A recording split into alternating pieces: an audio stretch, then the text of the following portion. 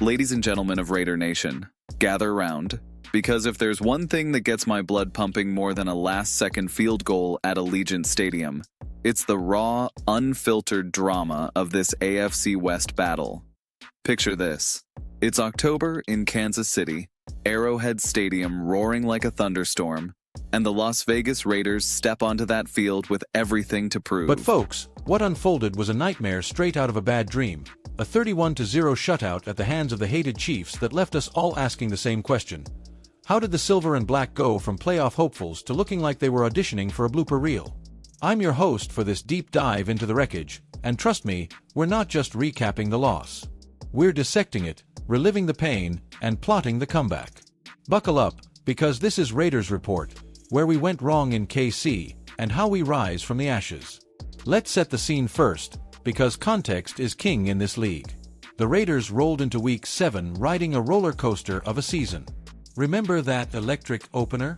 A gritty 20-13 grind-out win over the New England Patriots in Foxborough, our first victory there since the days of the Tuck Rule game back in 2001, when Tom Brady was just a sneaky rookie and we were still the Oakland Raiders, silver helmets gleaming under those New England lights. That win had Raider Nation buzzing, visions of Super Bowls dancing in our heads like sugar plums on Christmas Eve. But then, oof.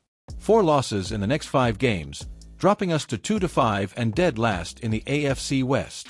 The Chargers. They smoked us 24-10 in our home opener, Jim Harbaugh's mustache practically smirking from the sideline. The Broncos. A heartbreaking 16-13 defeat in Denver, where our defense bent but didn't break, until it did. And don't get me started on the ties and turnovers that have plagued us like a bad flu season. Hopes were high entering this year with new blood in the building. Head coach Pete Carroll, the grizzled veteran who turned the Seahawks into a dynasty with that Legion of Boom secondary, brought in to steady the ship after last year's dismal 4-13 disaster. General manager John Spytek, sharp as a tack, traded for Geno Smith from Seattle, a reunion with Carroll that had us all salivating over deep balls to a revamped receiving core. And oh, the draft jewels. Snagging Boise State's Ashton Jeanty at number 6 overall, the electrifying running back who torched college fields for 2,601 yards last year, highest RB pick since Saquon Barkley. Add in tight end phenom Brock Bowers, our 2024 first-round steal who's been a mismatch nightmare when healthy, and wide-out Jacoby Myers, the reliable chain mover we inked to keep the passing game humming. This was supposed to be our year, the Raiders reclaiming the AFC West throne from Patrick Mahomes and his merry band of Chiefs, ending that 22-year playoff win drought since our last Super Bowl glory in 03. Instead, Kansas City turned it into a clinic on dominance, and we looked like the away team at our own funeral. Now, let's break down the carnage, play by play, because as any die-hard knows, football isn't just about the scoreboard, it's about the sweat, the schemes, and the sheer will to impose your chaos on the opponent. Scott Pianowski over at Yahoo Sports nailed it in his post-game autopsy. On the other side, man, the Raiders look broken. Broken. Try shattered. We managed a pathetic 3 first downs. The first time in 17 years our offense has been that anemic. 30 plays, 95 yards total? That's not football, that's a leisurely stroll in the park, and not even a fun one.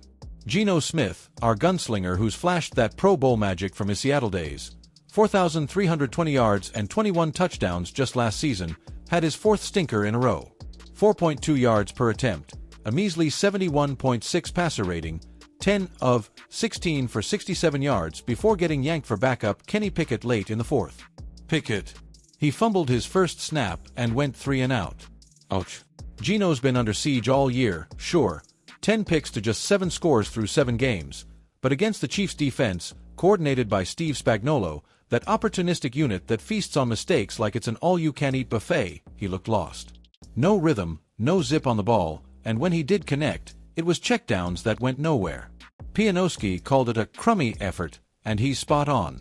Our offensive coordinator, Chip Kelly, the mad spread option genius who lit up Oregon and UCLA, averaging 36-plus points a game in his college heyday, seemed handcuffed. Kelly's philosophy is all about tempo, misdirection, and getting your playmakers in space, but Sunday? It was like watching paint dry in slow motion. And speaking of playmakers not playing, injuries turned this from tough to tragic. We were missing 2 of our top weapons.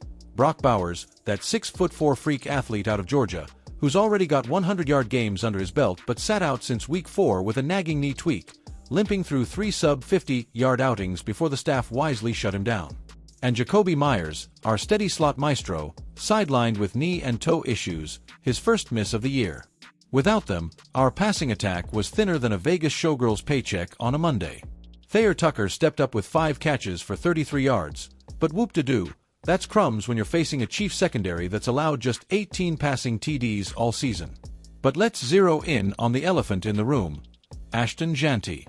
Kid, we owe you an apology bigger than Al Davis's ego. The number 6 pick, this 5'8" bundle of dynamite from Boise State, 66 catches in his last 2 college seasons, a Heisman runner-up who runs like he's got jet fuel in his veins, was supposed to be our ground-and-pound savior. Instead, 6 carries for 21 yards, 1 target for 13 more. Pianowski hammered it. Ashton Jeanty needs more involvement in the passing game. He's capable. Figure it out, Chip Kelly. We didn't even try running until we were down 21-0 in the third quarter. Too little, too late against a Chiefs D-line led by Chris Jones, who's been sacking QBs since breakfast. Why the hesitation? Kelly's spread concepts thrive on shotgun snaps and RPOs, but against KC's blitz packages, we abandoned the run early, handing Mahomes short fields on a platter. He carved us up for 312 yards and 3 scores, with Rashee Rice, back from suspension and ACL rehab, hauling in 2 TDs like it was recess.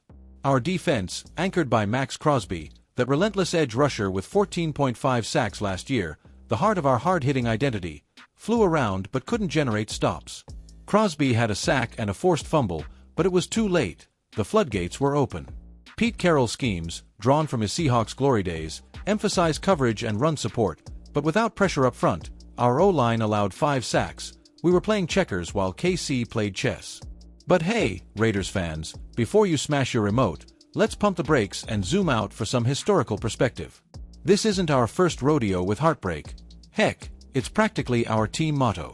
Flash back to the Oakland days, when the Raiders were the bad boys of the AFC, Al Davis barking, "Just win, baby," from the sidelines. Bold. You bet. But in this league, stranger things have happened, like the '05 Steelers Super Bowl run from 0-2. For the draft. If we tank a bit, top 10 pick bolsters the secondary. Imagine a shutdown corner shadowing Rice next year. Folks, as the sun sets on this brutal Arrowhead beatdown, remember, Raiders aren't built for easy streets. We're the team that moved from Oakland's gritty Coliseum to Vegas glamour, turning doubters into believers one pirate chant at a time. We've got the stadium that sparkles like the Strip, a fan base louder than a Who concert, and a legacy etched in silver, from Biletnikov's hands to Madden's Madden ratings. This loss, it's fuel for the fire. So here's my call to action. Tune in next Sunday for Jacksonville,